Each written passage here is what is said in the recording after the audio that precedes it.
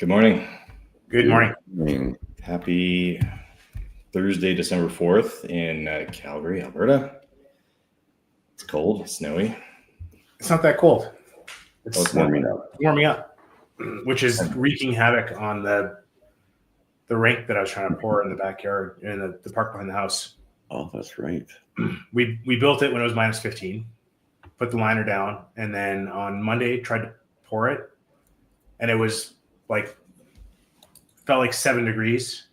And as it turns out, I think there's a small hole or two in the liner. So most of that water just leaked out, unfortunately. And I've been waiting for cold snap. It just hasn't come. Oh, yeah. Oh, we lost him. Sounds dropped out. Yeah. Well, we'll tie him back in if he reconnects. So, Okay. Mike, nice sign there. Thanks. I noticed that was a new addition for the for our little hack together recording studio. Yeah. I'm sure for folks out there, it looks like it's really intentional. But most of the stuff in the background is just gear that we're not using that's propped up against the wall. I know it feels like a photographer's studio. Yeah. Extra gear. Anyways. Yeah, and I suppose that much was by design, right? Like that. I think we framed it up and then saw the stuff in the background. I was like, that's fine. Exactly. We're pros. Yeah. Okay, well, let's get tied into this here. What do you want to touch on first? Stats. Do you want to quickly do a stats? Quick stats. I've got the screen up. Sure. And what I wanted to just talk about briefly on stats, if I can figure out how to share my screen. Share screen. Market data. There it is. Okay. So what we're looking at here, we've got the City of Calgary total sales by price range. This is year-to-date 2025 up to November. What's interesting here to me is that we've got sounds back. What we've got in $1 million plus, we've got nearly as many sales as there is in the 800 to 900K. And so I don't know, it's kind of interesting. I think the question is, I've heard comments that the luxury side of real estate, which you maybe argue is $1 million plus in Calgary, is helping prop up the market a little bit. So I don't know. Does this illustrate that, or is it or is that not quite the case? I mean, maybe in terms of volume it is. I mean, dollar volumes of sales, but I don't know about numbers of sales. If this is telling the case or telling the story. That's maybe a good question just to tease some more information out. So this on the y-axis, the left side there, are those the number of sales, or is that the total number of sales? Yeah, total number of sales. So yeah, I mean, I would read into that. Intuitively, you would think that there are fewer multi-million dollar homes across Calgary than there are the bulk of the other property types. And so if you have, an equal number of, or almost equal number of million plus versus 800,000 to 900,000 or 800,000 to $1 million, there's obviously been a shift upwards in the market across the board. I don't think that 800,000 gets you the same house that it did 4 years ago by any means. But looking at $1 million plus property, I think it's fair to say that a good number of those are even $2 or $3 million plus, and to have that number of sales in that segment, it is a smaller story within the larger, things are calming down and it's way more balanced. But in the luxury market, I think, and what I've heard anecdotally from some of the other agents, is that it's still pretty competitive, and you can't sit on your heels and wait for a good property, even worth a few $1 million. It's not going to be around long. Yeah, I mean, and anecdotally, we've heard that higher end of the market is still fairly robust, isn't it? These numbers seem to flesh that out. I think the story is that the lower end of the market has been slow, and maybe that's the story. It's not that the high end of the market is hot. I wouldn't say that it is, but it hasn't let off as much as the low end has. Would you guys agree with that? I think that anecdotally, what I've seen in a lot of cases is that I have people that are trying to sell something in, oh boy, what am I doing? Trying to sell something in the lower range, in the say 3 to 500,000 and upgrade, and it's, or even in the 6 to 7 and trying to upgrade to 8 to 9, you know, and it's not, you don't have the assurance that you will sell, I guess. So kind of speaks to that the market's a little bit slower, but yeah, they don't have that assurance anymore, and so things are taking longer just on every front, it seems like. Yeah, that's an interesting take. So, you know, you have, I mean, one part, a segment of the market is that move up market. It's not all of it, but it's part of it. So people that are buying, that are selling their $300,000 to $500,000, $400,000 place, or moving into a $500,000, $600,000, $700,000 place, but they got to sell their house before they can move in to the newer place. So, you know, is that where the bottleneck is in the market? It's only a segment of it, but is that? Yeah. Well, I think that compounded by, like, the whole market has moved on my screen this way, right? And so the entry point for somebody that's going to buy that $600,000 home is maybe someone selling a 400. Somebody buying the 400 is maybe a first-time buyer, and so I think that having the whole market move up has just created a whole sort of quasi unaffordable entry point.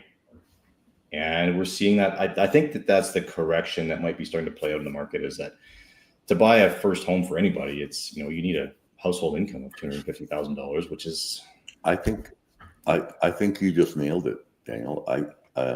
It's what I feel. It's, you know, you can't maybe back it up with numbers and stats, but that's kind of what I feel is going on in the market. yeah. And, you know, you talk to a lot, just looking at our economy in Canada, and we're better in Calgary than many centers, but the economy in Canada is pretty rough right now. And for new guys trying to buy a home, you know, it's a challenge. Yeah. Okay. Well, I think we've bored enough people with stats here, so we'll take that off screen and move on. But I don't know. What's our next thing? I've got a personal interest thing, but that can wait till we get to the end of our show. Well, what is the personal interest? Let's hear it. I finally joined. It's 2025. I finally joined the world of stand-up desks. So you can. Oh, I had a sit-stand desk that was never plugged in for 15 years, and I finally plugged it in and configured my desk so that I can stand instead of sit. Which, you know, I've got a nice Herman Miller chair that is quite nice to sit in, but yeah, I'm here standing, and hopefully getting a walking pad. That's my next thing. Get some exercise while I'm at the Right. Can you start biohacking soon? No. Well, I wonder if the way to tie that back into real estate is to maybe just touch on the commercial and particularly office market. I mean, we don't do a ton of that stuff, but I was just helping a good friend look at an industrial office bay, or, well, not industrial, but in one of those industrial townhome complexes. They're looking at potentially buying one next door. And a part of that was, you know, the seller is offering a good deal of nice furniture, particularly office desks and the like. Said, okay, you know, if you want that, we can maybe throw it in too. And the counter argument from the purchaser is, if you want us to dispose of it for you for free, we'll do that. But the market for the chattels, the stuff that comes with an office, it's difficult to sell that as a part of the deal. And I wonder, like, Dad or Sano, if there are any similar or any analogies in the residential market that you would draw. Like, I know pool tables can be challenging, while most folks think that they're a real nice thing to have.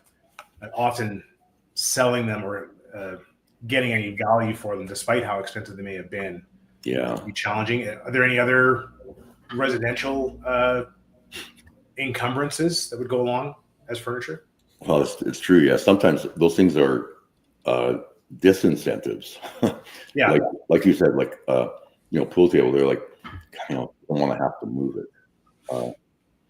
And sometimes pools, at least in Calgary, swimming pool is we don't want to have to heat it, and we're never gonna, or I don't know, we don't want the kids to fall into it, or so those things are not. Those things can be disincentives, but when you talk about chattels, I guess the advice that I've always given, even though like in some cases, it's like, hey, we want to sell it with the furniture. We want, we really want to get rid of this stuff. You leave it till the end.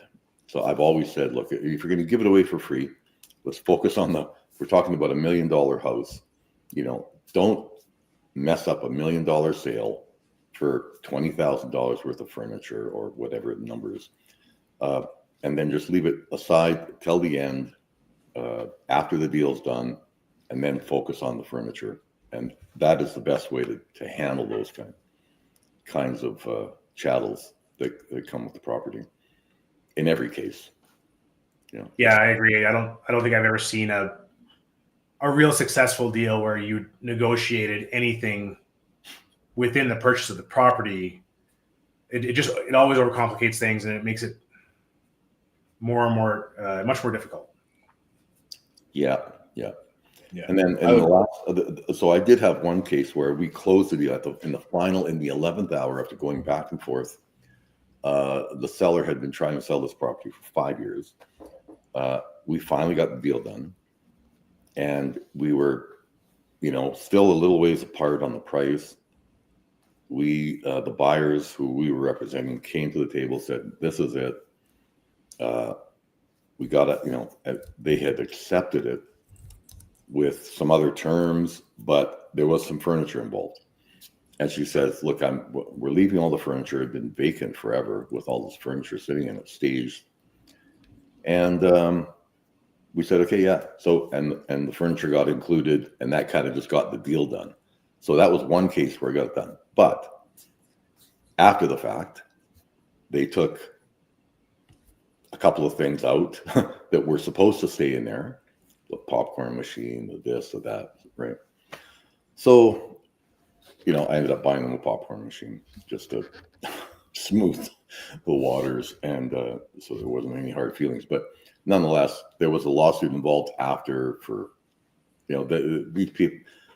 That kind of stuff never ends. There's never a happy ending to that stuff. I know. So. Yeah. Dan, was there ever a deal you've done where the furniture either got it done or was an unnecessary complication? For me, it wasn't furniture. Actually, it was had a quick story about pools. So we just had a buyer close on a property that used to have a pool, and we kind of found that out during our due diligence period. It was a backyard pool that was filled in some 10 years ago, maybe. Mm-hmm. And so it was a nice landscape backyard, but I think the story we were told is that the sellers 10 years ago were told pools don't add values to homes. So, they had gotten to the point they weren't using it, so they just decommissioned it and filled it in. And I think that, anytime I've shown properties that have pools, with some exceptions, of course, I think when you're getting into the luxury market, that's a different story. But if you're looking at, I would say, everyday homes in most communities, if there's a pool, it is really 50-50, maybe not even 50-50, probably 80-20, that it does not add value to the transaction. And it's like, it's a homeowner's desire, and that they're probably in the minority. Yeah, I find that they're often they're a labor of love for the people who want a pool, and for somebody who doesn't, it's a burden. Yeah, they're a lot of work. I mean, having just installed a hot tub, I can tell you that even that is enough work to disenchant me from thinking about a pool, which I was thinking about. Yeah. I knew, there was the good angel saying, "Don't do it," and the bad angel saying, "Get the pool." Yeah. For a while. Yeah. I'm over it now. Yeah. Very good. So Go ahead, Dad. Sorry. What else is happening in the market? Should we? There was a talk about trying to identify sort of the new trends, because the market seems to be in flux right now. Yeah, the market's in flux, and I think the question that we're trying to answer for a lot of clients is, where are the opportunities? And they're not always easy to identify at large. To say, you should be building MLI Select. I think that ship has sailed for the most part. So it's really trying to focus on where are the opportunities now that the market is in flux. Yeah. What product is in demand, and or in short supply, or maybe for people that are out there buying, what's in great supply, and maybe you can get a good deal on. So. Yeah, so maybe this ties into our earlier discussion too, but I'll just reflect on a few other statistics that I brought forward in another interview.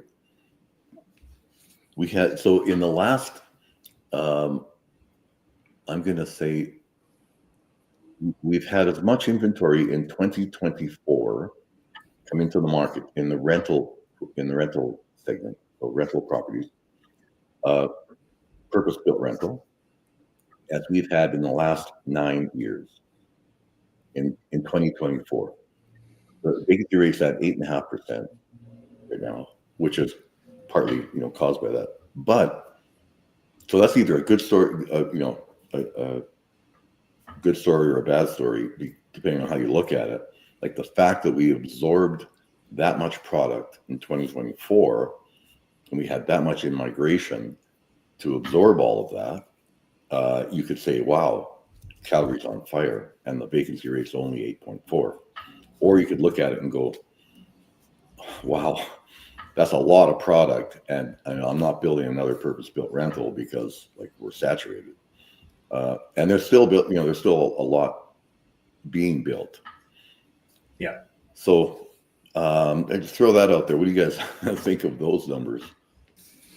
Yeah, that's impressive. I think that probably ties into, maybe why the market has slowed down. If people that are moving here are renting, by and large, that type of product rather than buying, for sure, that's going to have an impact on the market and cause a bit of a disruption. I guess looking to my crystal ball, does that mean that the market is going to come down, or are those people, are they in those rentals for 2 years and then moving on to purchasing? I don't know. Or are they going to be lifetime renters, and the market is just going to adjust? They might be. I think that there is a part of the shift into the shot in the arm that the apartment and condo market or townhome market received over the last couple of years was people doing the calculation on how much they were paying for rent and saying, well, I can go buy my own and live in it and pay myself for what I was paying in rent. I think with that inventory coming in, it's going to shift, make that equation less clear for some folks. Well, I think you just hit it. I think you just nailed it on the head, Michael. I think that's why the low end of our market, of the resale market, is so soft. Is because it's so competitive in the rental market. There's a lot of incentives. The rents have softened, so you can rent a pretty nice place, and wait to kind of see what the market's doing, or there's just not a lot of incentive to jump in. The market in the low end was going up like crazy, or even moderately. There's incentive to get in because you want to save that inflation in the housing price.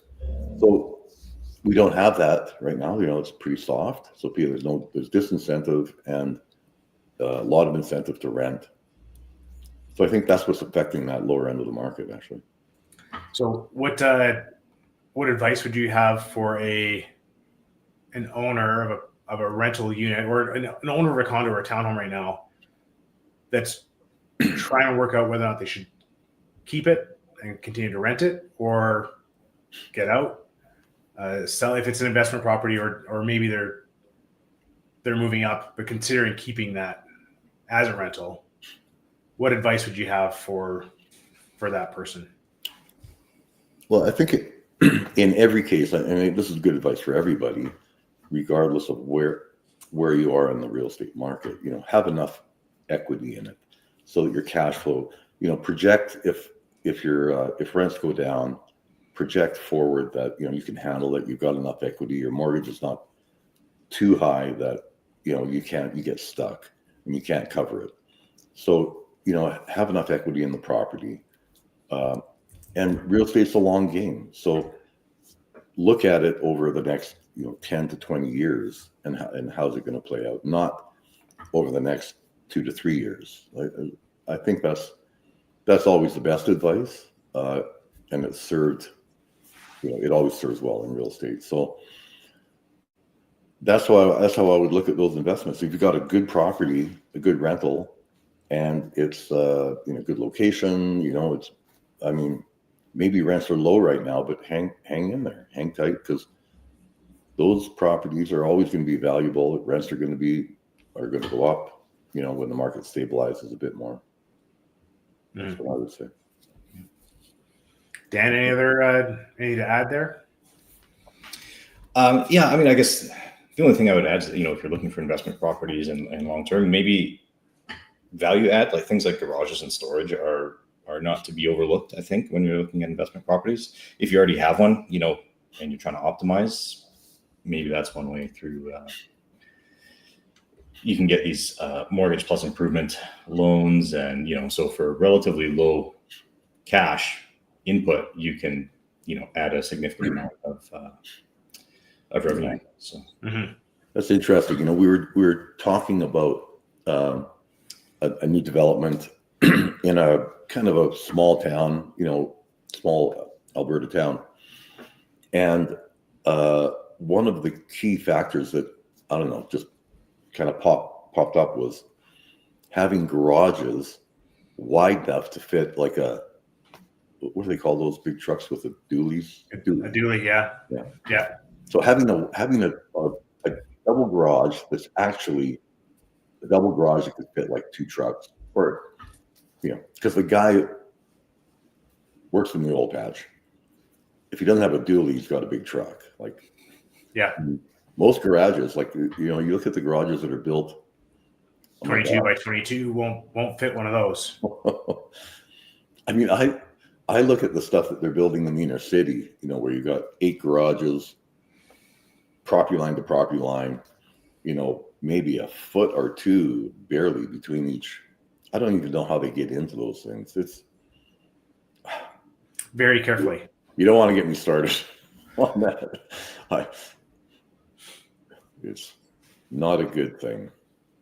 Yeah. Anyway, so those are kind of hidden opportunities, and so maybe that's another topic we can touch on really quickly. Is what are the hidden opportunities that are sort of next in the market? Things like that I think are, like Daniel touched on it with storage, where you can add things like storage and amenities that are missing in the market right now. Garages for dualies.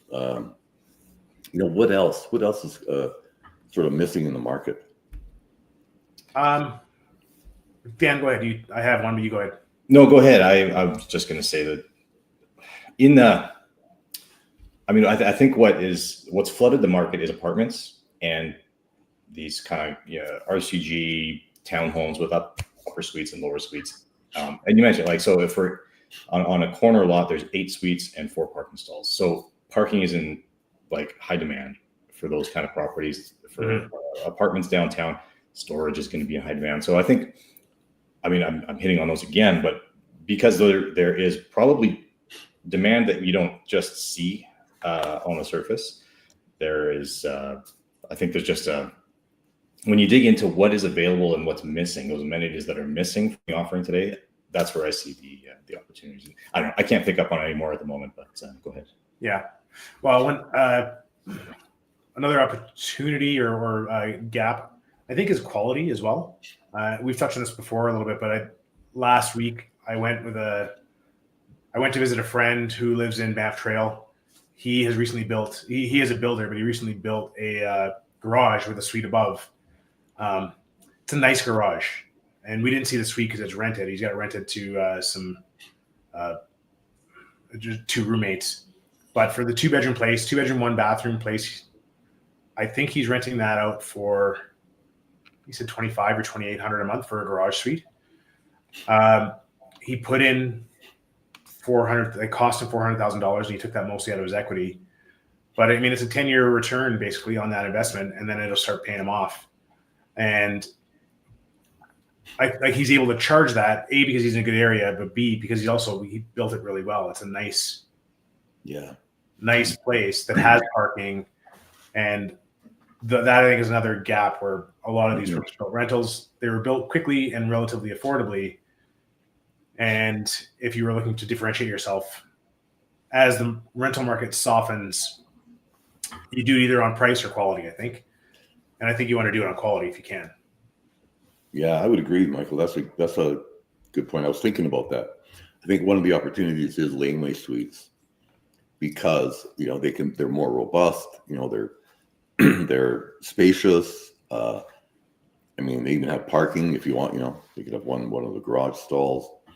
They're I think that's where the opportunity is, especially if we're going to repeal blanket rezoning. It looks like that's in the wings, and we could let's just remind me to touch on that before we close. But that is going to be a big opportunity. I think laneway suites is a huge opportunity upcoming. I think development, densifying developments, especially around transit, and so. If you look at where the new Green Line is going, where there's new transit opportunities to densify developments, any mixed-use development right now that can be densified, I think, is an opportunity, especially around transit. Those are huge opportunities to look at, and yeah, I think that's where the puck is going next. Well, why don't we touch on the blanket rezoning really quickly, and then wrap up here. Yeah, tomorrow is the deadline for comments, and so it's been proposed to repeal it. But there are, and I will say that I support that the repeal of it. I think in hand with that, we have to take a look at the local area plans. We have to redo. We have to, I guess, replenish them. Go through them again and then rework them so that we get the density that we need, but it's applied and properly planned in areas that it deserves the density, not blanket across all zones. So that has to happen in concert with it. But it's important that we support the initiative to repeal it. And if anyone has a minute, they can send a note into council, which it's on. You can go to City Council, the website right now, and apply, submit your comments, I guess, in support of that motion. And that's important because we have to make sure that does get through. Okay, very good. Well, on that note, I think we're going to wrap up, and we may or may not have another live stream here before the end of the year. So if we don't, everyone that's tuned in, thanks very much. Been a great year, and 2026. Happy New Year! Yeah, nice work, guys. Without having much to talk about, we stretched that out in half an hour. Yeah, just pulling. Okay, we're out.